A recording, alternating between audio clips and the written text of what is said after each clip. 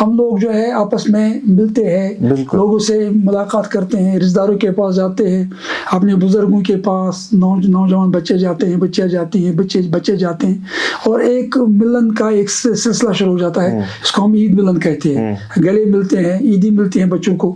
تو ایک سماجی اور ایک یعنی اجتماعی ماحول بھی پیدا ہوتا ہے عید کے ذریعے سے, جس کی وجہ سے ایک اجتماعیت کا احساس ہوتا ہے. بالکل صحیح. تو یہ ایک بہت بڑی اہمیت اس کی ہے, اجتماعی اہمیت بھی ہے. تو اس میں سارے گلے شکوے بھول کے ایک دوسرے سے ملا جاتا ہے. بالکل.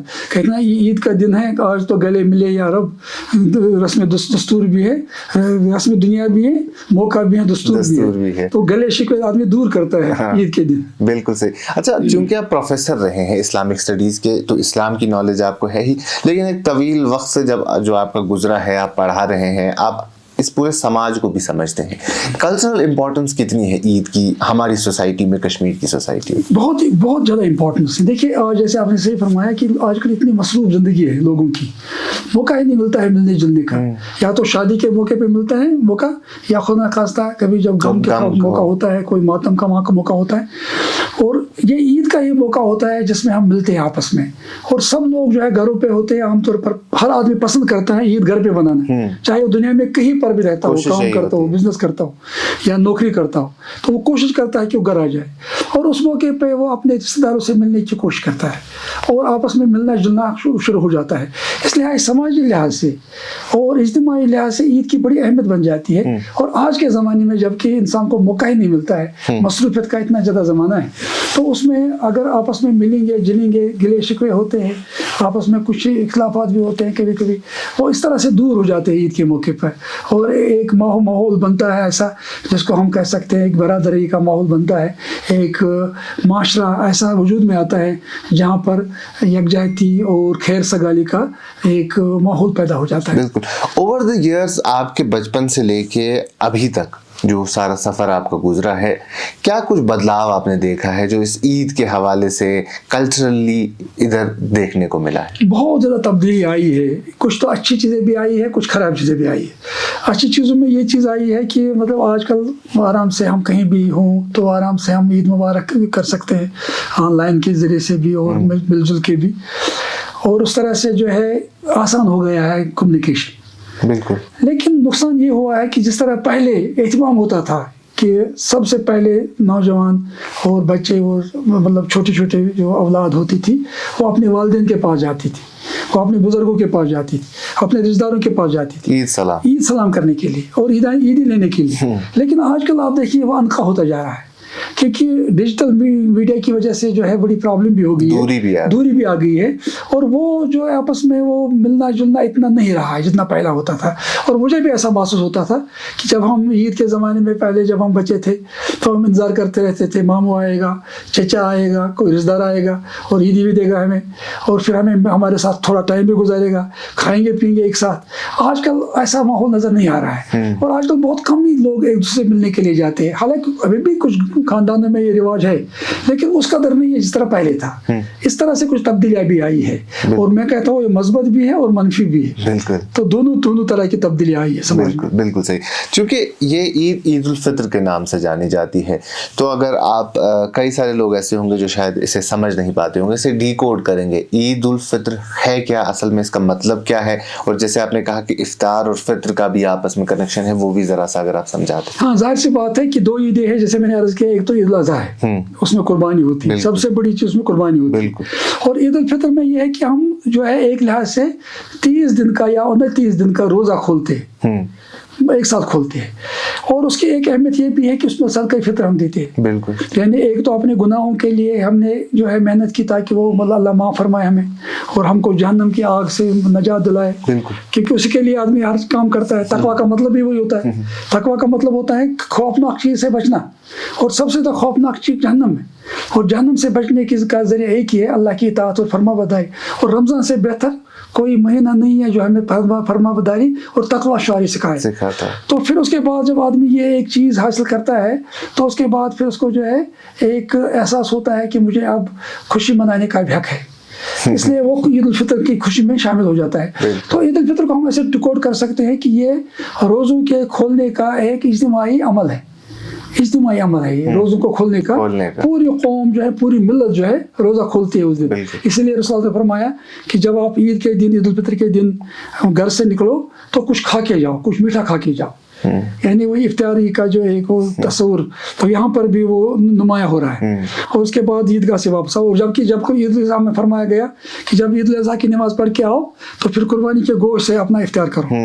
تو افطار کا ذکر بار بار آتا ہے. تو عید الفطر اور افطار میں آپس میں اس طرح سے تعلق ہے. اس لیے اگر ہم اس کو ڈیکوڈ کریں گے تو عید الفطر ایک ایسا دن ہے جس دن روزہ دار اپنے 30 مہینے یا 29 مہینے کا روزہ کھولتے ہیں اور پھر ایک نئی زندگی کا آغاز کرتے ہیں, شروعات کرتے ہیں, اور اسی طرح سے اپنی زندگی گزارنا چاہتے ہیں جیسے رمضان میں گزاری. لیکن رمضان میں ایک یہ تھی کہ حلال چیزوں پر بھی قدغن تھی. اب روزہ کے زمانے کے بعد جب عید آتی ہے تو حلال چیزوں پہ سے قدغن اٹھ جاتی ہے. تو یہ ایک بہت بڑا سمبولک ایک ایکسپریشن ہے عید الفطر کا. بالکل صحیح. تو جس طریقے سے آپ کہہ رہے ہیں کہ ہمیں رمضان تقویٰ اور پرہیزگاری سکھاتا ہے کہ آگے کی زندگی ہمیں کیسے گزارنی ہے. رمضان, جب ماہ رمضان مکمل ہوتا ہے تو ماہ شوال ہوتا ہے. یکم شوال کو عید الفطر ہے اور اس کے بعد یہ پورا مہینہ گزرتا ہے. شوال مہینے کی اسلام میں کیا کچھ خاص جگہ ہے, کیا کچھ خاص امپورٹنس ہے؟ شوال تو بہت ہی اہم مہینہ ہے اور اس کی بڑی اہمیت آئی ہے, حدیث میں بھی اس کا بڑا ذکر آیا ہے. خاص طور سے 7 شوال جو ہے, شوال کی جو روزے ہیں 6 روزے ان کو جو ہے اتنی اہمیت دی گئی اسلام میں. حدیثوں میں فرمایا گیا کہ جو آدمی 6 روزے رکھے گا رمضان کے بعد, جیسے اس نے پورے سال کے روزے رکھے, صاحب الدہر بن جاتا ہے وہ, یعنی پورا روزہ رکھنے والا پورے سال کے سال. تو اس لیے اتنی اہمیت ہے شوال کی بھی. اور شوال کے بعد ایک نئی زندگی کا آغاز ہو جاتا ہے کہ رمضان میں جو ہم نے تربیت حاصل کی, تقویٰ کی, پرہیزگاری کی, عبادات کی اور اللہ تعالیٰ کی اطاعت اور فرمانبرداری کرنے کی, اس کا آغاز پھر ہم شوال سے کرتے ہیں. اور پھر رمضان کے ساتھ اس کو ملانے کا ایک ذریعہ سیدھا شوال ہے, یہ 6 روزے, تاکہ اس کے ساتھ اتصال پیدا ہو جائے, ایک تعلق پیدا ہو جائے. پھر اس کے بعد جو ہے شوال میں یہ سب عبادتیں مشروع کی گئی ہیں, ان کو جاری رکھا گیا ہے.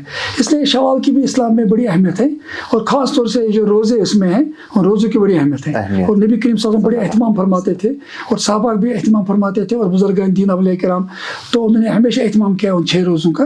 اور کبھی کبھی ایسا بھی ہوتا ہے کہ رمضان کے بعد جب ہم نے عید منائی, عید کے بعد بھی آپ ہم روزہ رکھ سکتے ہیں, یا مہینے میں بھی کبھی بھی ہم اس کو پورا کر سکتے ہیں. ایک ساتھ بھی رکھ سکتے ہیں 6 روزے یا الگ الگ بھی رکھ سکتے ہیں. میرا یہی سوال تھا اس کے بعد کہ کیا یہ عید کے اگلے دن سے ہی 6 روزے رکھنے ہیں یا یہ کبھی بھی ہم ان بٹوین رکھ سکتے ہیں؟ اس میں کوئی وہ ایسی تاکید نہیں آئی ہے. حالانکہ بہتر یہ ہے کہ اگر آدمی مطلب عید کے بعد اگر مسلسل رکھے 6 روزے, اس میں بھی کوئی پرابلم نہیں ہے. لیکن اگر ایک ایک کر کے بھی رکھے تو اس میں بھی کوئی مسئلہ نہیں ہے. یا بیچ میں چھوڑ کے جو ہے 1-2 دن چھوڑ کے روزہ رکھے تو اس میں بھی کوئی حرج نہیں ہے. لیکن مسئلہ یہ ہے کہ یہ روزے رکھنے کی ایک اچھی ہمیں ایک لحاظ سے حوصلہ افزائی کی گئی حدیث میں. اور رسول اللہ نے یہ فرمایا کہ جو آدمی یہ 6 دن کے روزے رکھتا ہے جیسے اس نے پورے سال کے روزے رکھے, تو اس کی اپنی ایک اہمیت پیدا ہو جاتی ہے اس طرح سے شوال کے روزوں کی, اور ماہ شوال کی بھی ایک اہمیت اس طرح سے ظاہر ہو جاتی ہے. بالکل.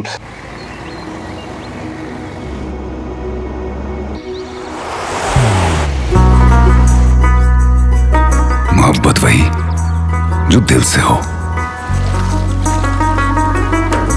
عبادت وہی جو دل سے ہو, دعا وہی جو دل سے نکل آئے,